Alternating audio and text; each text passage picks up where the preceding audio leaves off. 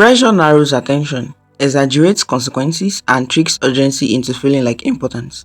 So the goal when making decisions under pressure is not to make perfect decisions, but to make clear ones, to make choices that are not poisoned by panic, fear, or false urgency. What this video provides you with is a framework you can carry into any high-stakes moment, whether it is financial, emotional, relational, or professional, without needing extra time, tools, or clarity in advance.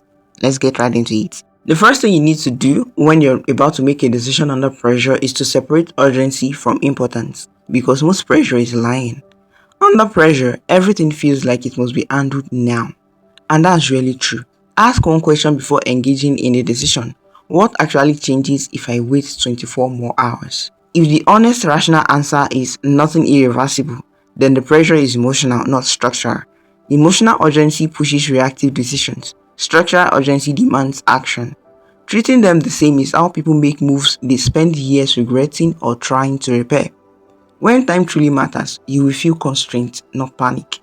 The second thing you need to do is to shrink the decision to its irreducible core. Pressure overwhelms because we bundle too many questions into one moment.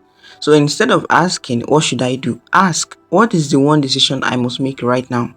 Most situations don't require full resolutions, only the next clean step. Reduce the decision until it becomes unavoidable, not overwhelming. Number 3, you need to identify what you are afraid of losing, because pressure exploits attachment. Pressure works by threatening loss of status, comfort, approval, time, or control. And until you name the fear, it silently drives the decision. Ask yourself, what am I trying to protect? What am I afraid this decision will take from me? Smart decisions don't eliminate loss. They choose which loss you are willing to carry.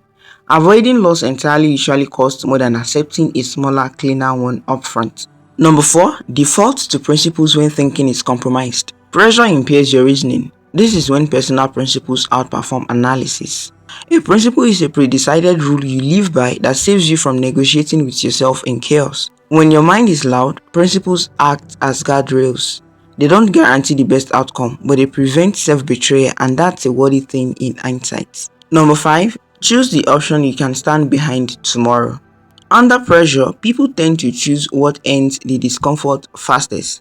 Smart decisions consider the aftermath. Ask yourself, which option will I respect myself for even if it doesn't work out? This shifts the metric from outcome to integrity. You cannot control results under pressure, but you can control whether you acted in alignment with your values, boundaries, and long-term self. Regret is less about failure and more about acting against your own self. Number 6, delay when you can, decide when you must. Not all delays are avoidance, some are strategy. Delay when emotions are peaking, information is incomplete, or you feel pushed or cornered. Decide when delay increases harm, inaction is the decision, or values clearly point one way. Wisdom is knowing the difference. Stillness is not passivity when it preserves your clarity. In conclusion, most bad decisions made under pressure are not made because people don't know better. They are made because pressure demanded comfort or approval, and the person had no internal rules to push back. When you are under pressure, you are not deciding who to become. You are revealing who you've already trained yourself to be. This is why it is important to build the rules now. Decide what you want to trade, because when the moment comes, you won't have time to negotiate. You will only have time to act. And until next time, bye.